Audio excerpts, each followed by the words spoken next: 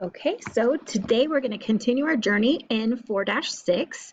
So the last lesson was talking about rational equalities, and this time we're going to talk about rational inequalities. So that is something very different because with rational equalities, we could multiply both sides by a variable, but we're going to learn that with rational inequalities, we can't do that. So we actually have to deal with the fractions, okay? So an example of what that looks like, and you might remember something that looks similar to this in one of the domain questions that we had a while back when the book kind of went a little crazy. So this is going to be more about that. So we have this situation here. And so what we have to do is figure out where is this fraction 0 and where is this fraction undefined. So you want to be able to get one whole fraction on one side and a 0 on the other.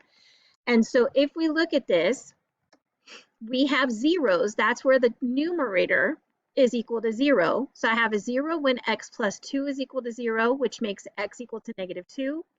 And I have a 0 when x minus 3 is equal to 0, and that makes x equal to 3.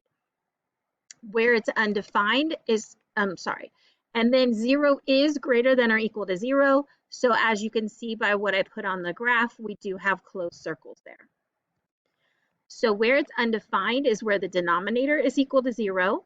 And so that's where x minus 1 is equal to 0, making x equal to 1. And where x plus 1 is equal to 0, making x equal to -1. So I don't want to have those as solutions because we can never have a solution that gives me an undefined value. So those are going to remain open circles. Okay. So these are called critical points. And so now we need to test things. So those are the points where we change from being positive to negative or negative to positive. So now we need to test points on all the different sides of those 4 points.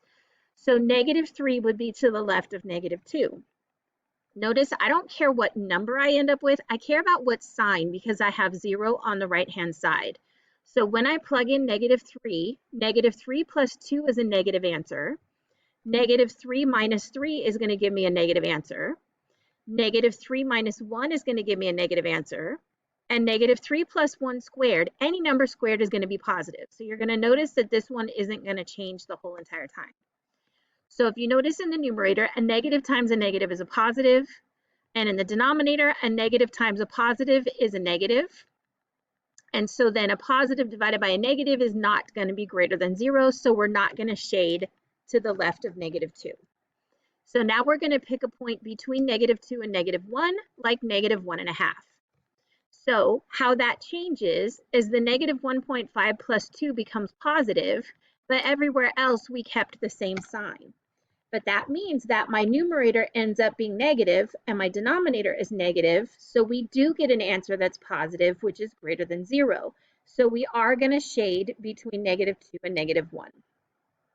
Okay, so then we have to test a point between -1 and +1. So 0 is always our favorite. So when we plug in 0, 0 plus 2 is positive, 0 minus 3 is negative, 0 minus 1 is negative, and 0 plus 1 squared is positive.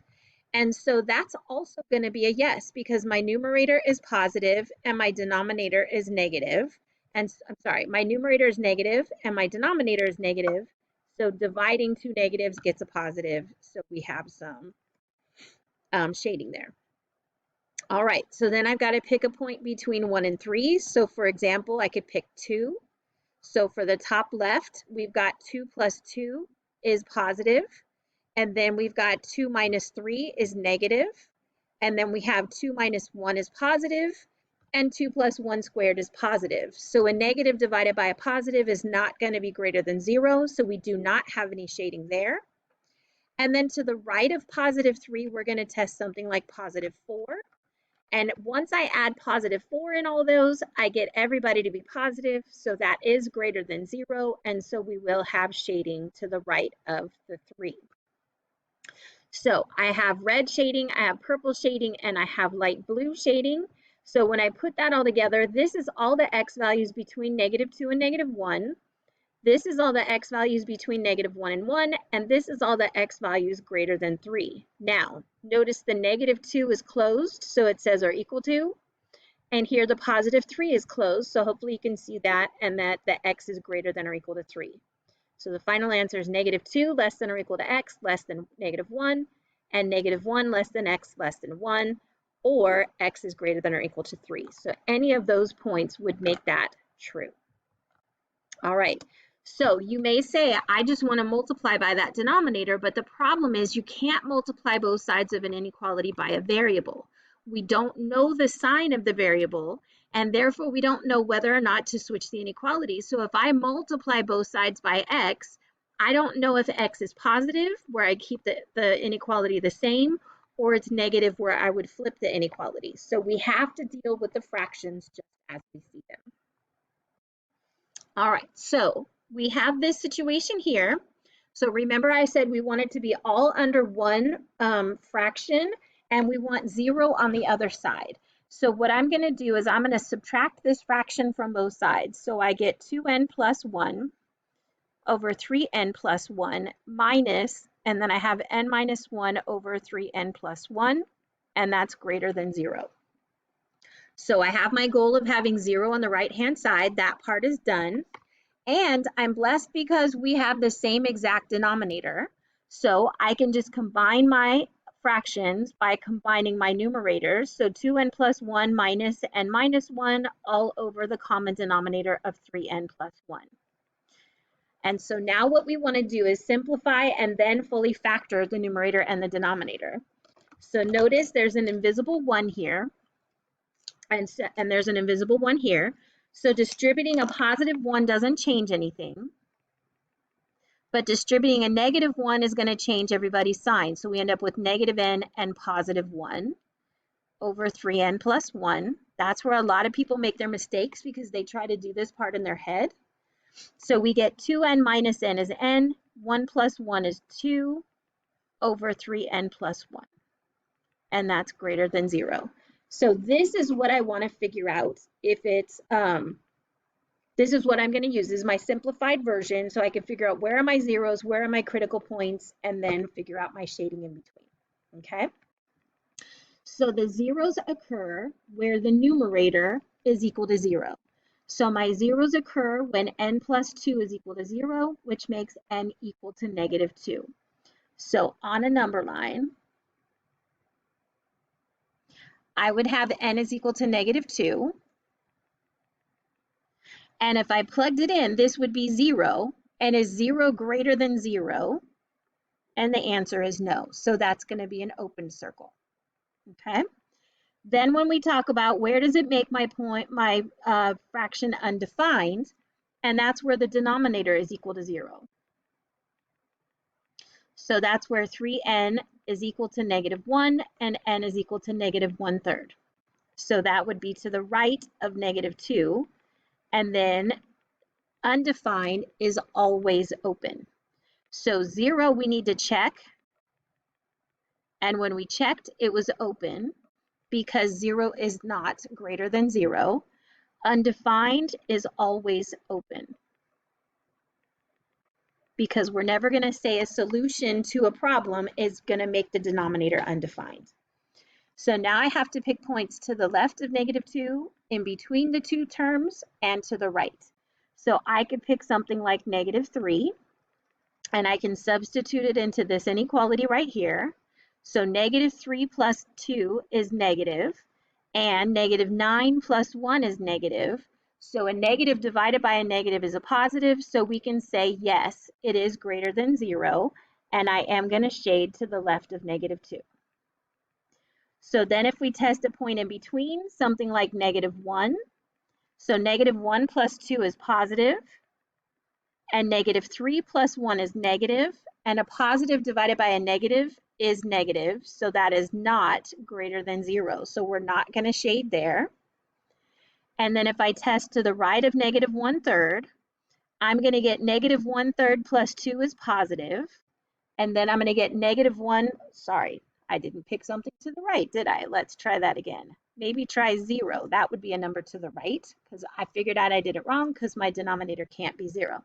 So if I plug in 0, 0 plus 2 is positive, and 0 plus 1 is positive, and a positive number is greater than 0.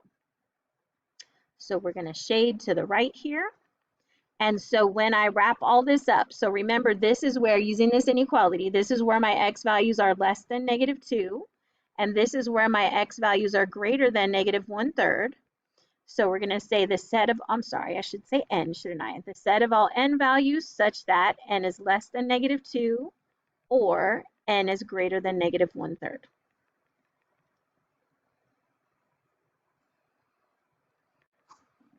Okay. So I'm going to flip this.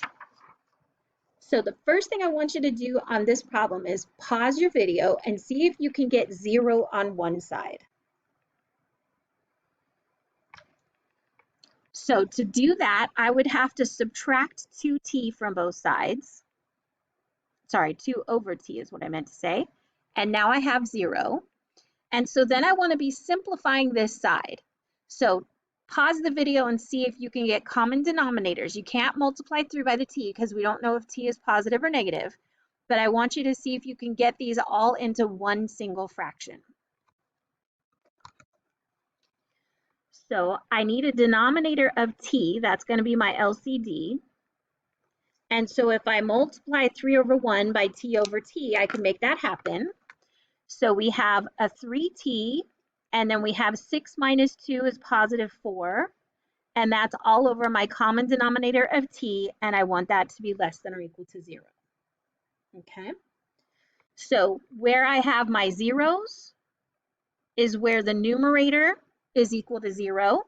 So I've got 3t plus 4 equal to 0, which makes 3t equal to -4, and that makes t equal to -4/3. So when I draw that on a number line, I want to figure out, do I have an open circle there or a closed circle? So we need to check because this is a 0. So when I plug it in, like it says, it's going to give me 0. I don't even have to worry about it. And is 0 less than or equal to 0? And the answer is yes. And so that means that we're going to have a closed circle. Okay? So then we're going to check, where is our fraction undefined? And it's undefined when my denominator is equal to 0.